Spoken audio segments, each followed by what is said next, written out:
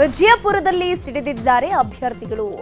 ಇವತ್ತು ಸಿವಿಲ್ ಪರೀಕ್ಷೆ ನಡೆಯುತ್ತಪ್ಪ, ಸೊ ಹಾಗಾಗಿ ಅಭ್ಯರ್ಥಿಗಳು ಸಿಡಿದಿದ್ದಾರೆ. ಕಾನ್ಸ್ಟೇಬಲ್ ಪರೀಕ್ಷೆ ವೇಳೆ ಗೊಂದಲ ಉಂಟಾಗಿ ತಮ್ಮ ಆಕ್ರೋಶವನ್ನು ವ್ಯಕ್ತಪಡಿಸಿದ್ದಾರೆ. ಗೇಟ್ ಅನ್ನು ಮುರಿದು ವಿದ್ಯಾರ್ಥಿಗಳು ಭಾರಿ ಆಕ್ರೋಶ ವ್ಯಕ್ತಪಡಿಸಿರುವುದು. ವಿಜಯಪುರ ಜಿಲ್ಲೆಯ ತಿಕೋಟದಲ್ಲಿ ಪರಿಸ್ಥಿತಿ ಉದ್ವಿಗ್ನ ಹಂತಕ್ಕೆ ತಲುಪಿದೆ. ವಿಜಯಪುರದ ತಿಕೋಟದಲ್ಲಿ ಪರಿಸ್ಥಿತಿ ಉದ್ವಿಗ್ನ ಹಂತಕ್ಕೆ ತಲುಪಿರೋದು. ಸೊ ಇಲ್ಲಿ ಶಾರದಾಂಬ ಪಿಯು ಕಾಲೇಜಿನಲ್ಲಿ ಪ್ರಶ್ನೆ ಪತ್ರಿಕೆ ಅರ್ಧ ಗಂಟೆ ತಡವಾಗಿ ನೀಡಿದ ಆರೋಪ ಕೇಳಿ ಬರ್ತಾ ಇದೆ. ಪೇದೆಯೇ ಪ್ರಶ್ನೆ ಪತ್ರಿಕೆ ಎತ್ಕೊಂಡು ಹೋಗಿದ್ದಾರೆ ಅನ್ನುವಂಥ ಆರೋಪ. ಅರ್ಧ ಗಂಟೆ ತಡವಾಗಿ ಕೊಟ್ಟಿದ್ದಾರಂತೆ, ಪೇದೆಯೇ ಪ್ರಶ್ನೆ ಪತ್ರಿಕೆಯನ್ನು ಎತ್ಕೊಂಡು ಹೋಗಿದ್ದಾರಂತೆ. ಈಗ ಪೊಲೀಸರ ವಿರುದ್ಧವೇ ಅಭ್ಯರ್ಥಿಗಳು ಆರೋಪವನ್ನ ಮಾಡ್ತಾ ಇದ್ದಾರೆ. ಪರೀಕ್ಷಾ ಕೇಂದ್ರದಲ್ಲಿರುವಂತಹ ಹಿರಿಯ ಅಧಿಕಾರಿಗಳು ಇದ್ರ ಬಗ್ಗೆ ಪರಿಶೀಲನೆ ಮಾಡ್ತಾ ಇದ್ದಾರೆ. ಏನಾಗ್ತಾ ಇದೆ ಎಕ್ಸಾಕ್ಟ್ಲಿ ಅನ್ನುವಂಥದ್ದು. ಪರೀಕ್ಷೆ ಕೇಂದ್ರದ ಹೊರಭಾಗದಲ್ಲಿ ಭಾರೀ ಭದ್ರತೆಯ ವ್ಯವಸ್ಥೆಯನ್ನು ಮಾಡಲಾಗಿದೆ. ಡಿಆರ್ ತುಕಡಿ ಸೇರಿದಂತೆ ಹಿರಿಯ ಅಧಿಕಾರಿಗಳು ಸ್ಥಳದಲ್ಲಿ ಮೊಕ್ಕಾಂ ಹೂಡಿದ್ದಾರೆ.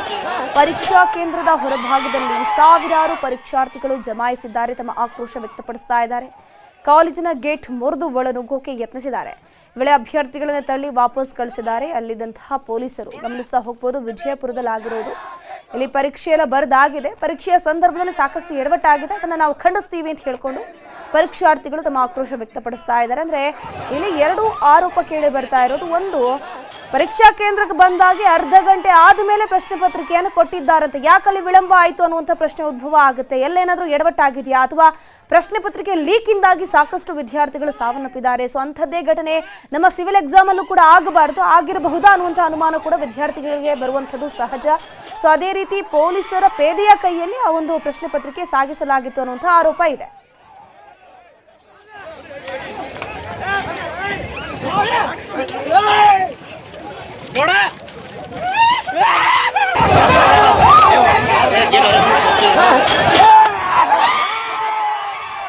ಇದ್ರ ಬಗ್ಗೆ ಹೆಚ್ಚಿನ ಮಾಹಿತಿ ನೀಡ್ತಾ ಹೋಗ್ತಾರೆ ನಮ್ಮ ಪ್ರತಿನಿಧಿ ಗುರುರಾಜ್. ದೂರವಾಣಿ ಸಂಪರ್ಕದಲ್ಲಿ ಜಾಯಿನ್ ಆಗಿದೆ. ಗುರುರಾಜ್, ಈಗ ವಿಜಯಪುರದಲ್ಲಿ ಅಭ್ಯರ್ಥಿಗಳು ಸಿಡಿದಿದ್ದಾರೆ. ಇದಕ್ಕೆ ಕಾರಣ ಏನು ಅಂತಂದ್ರೆ ಅರ್ಧ ಗಂಟೆ ಪ್ರಶ್ನೆ ಪತ್ರಿಕೆ ಲೇಟ್ ಆಗಿ ಕೊಟ್ಟಿರೋದಂತ. ಏನಕ್ಕೆ ಅಷ್ಟು ಲೇಟ್ ಆಗಿ ಡಿಲೇ ಮಾಡಿರೋದು? ಧನುಷ್ ಅಂದ್ರೆ ಇವತ್ತು ವಿಜಯಪುರದ ರಾಜ್ಯದಿಂದ ಏನು ಪೊಲೀಸ್ ಪೇದೆಗಳ ನೇಮಕಾತಿ ಪ್ರಕ್ರಿಯೆ ನಡೀತಾ ಇತ್ತು, ಅದೇ ರೀತಿ ವಿಜಯಪುರ ಜಿಲ್ಲೆಯಲ್ಲಿ ನಡೀತಾ ಇರುತ್ತದೆ. ಆದ್ರೆ ವಿಜಯಪುರ ಜಿಲ್ಲೆಯ ತಿಕೋಟದಲ್ಲಿರುವಂತಹ ಕೇಂದ್ರದಲ್ಲಿ ಒಂದು ಗಲಾಟೆ ನಡೀತಾ ಇರುತ್ತದೆ. ತಿಕೋಟದಲ್ಲಿ ಒಟ್ಟು 3 ಪರೀಕ್ಷಾ ಕೇಂದ್ರಗಳಲ್ಲಿ ಏನಂದ್ರೆ ಪರೀಕ್ಷೆ ಬರೋದಕ್ಕೆ ಅವಕಾಶನ ಕೊಡಲಾಗಿದೆ. ಅದರಲ್ಲಿ ಒಂದು ಶಾರದಾಂಬ ಅನ್ನೋದು ಏನಿದೆ, ಅದು ಕೋಟೆ ರಸ್ತೆಯಲ್ಲಿದೆ. ಅಲ್ಲಿ ಒಂದು ಗಲಾಟೆ ಆಗಿರುತ್ತದೆ. ಅಂದ್ರೆ OMR ಸೀಟ್ ಅನ್ನ ಮತ್ತೆ ಕೊಡುವಾಗ ಅವರಿಗೆ ಡಿಲೇ ಮಾಡಿ ಕೊಟ್ಟಿದ್ದಾರಂತೆ. ಒಂದು ಆರಂಭದಲ್ಲಿ ಒಂದು ಆಕ್ರೋಶವನ್ನ ಅಲ್ಲಿನ ಅಭ್ಯರ್ಥಿಗಳು ವ್ಯಕ್ತಪಡಿಸಿದ್ರು. ಯಾರು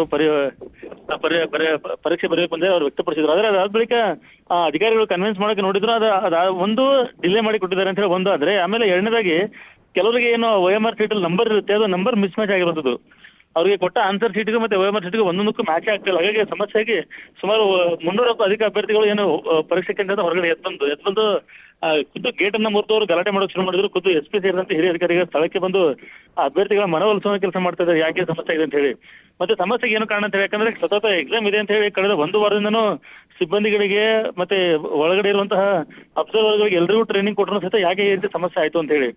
ಮುಖ್ಯವಾಗಿ ಕೆಲವು ಆರೋಪಗಳು ಏನಂದ್ರೆ PC ಬಂದು ಅದನ್ನ ತಗೊಂಡು ಹೋದ್ರಂತ ಆರೋಪ ಇತ್ತು. ಆದ್ರೆ OMR ಸೀಟ್ ಅನ್ನು ನೋಡಿದ್ರೆ ಅದ್ರಲ್ಲಿ ಮಿಸ್ ಮ್ಯಾಚ್ ಆಗಿರುವಂತ ಎದ್ದು ಕಾಣ್ತಾ ಇದೆ. ಹಾಗಾಗಿ ಇದಕ್ಕೆ ಸ್ಪಷ್ಟನೆಯನ್ನ ಈಗ ಜಿಲ್ಲಾಡಳಿತ ಏನ್ ಕೊಡುತ್ತೆ ಅಂತ ನೋಡ್ಬೇಕು. ಸದ್ಯ ಏನು ಎಕ್ಸಾಮ್ ಬರೀತಾ ಇರುವಂತ ಅಭ್ಯರ್ಥಿಗಳು ಕೆಲವರು ಯಾರ್ದು OMR ಸೀಟ್ ಕರೆಕ್ಟ್ ಆಗಿದೆ, ಅವ್ರು ಒಳಗಡೆ ಇದ್ದಾರೆ. ಅವ್ರನ್ನ ಹಿರಿಯ ಅಧಿಕಾರಿಗಳ ಸ್ಥಳದಲ್ಲೇ ಮುಖ ಮಾಡ್ಕೊಂಡು ಏನು ಪರೀಕ್ಷಾರ್ಥಿಗಳನ್ನ ಹೊರಗಡೆ ಬಂದು ಗಲಾಟೆ ಮಾಡ್ತಾ ಇದ್ದಾರೆ.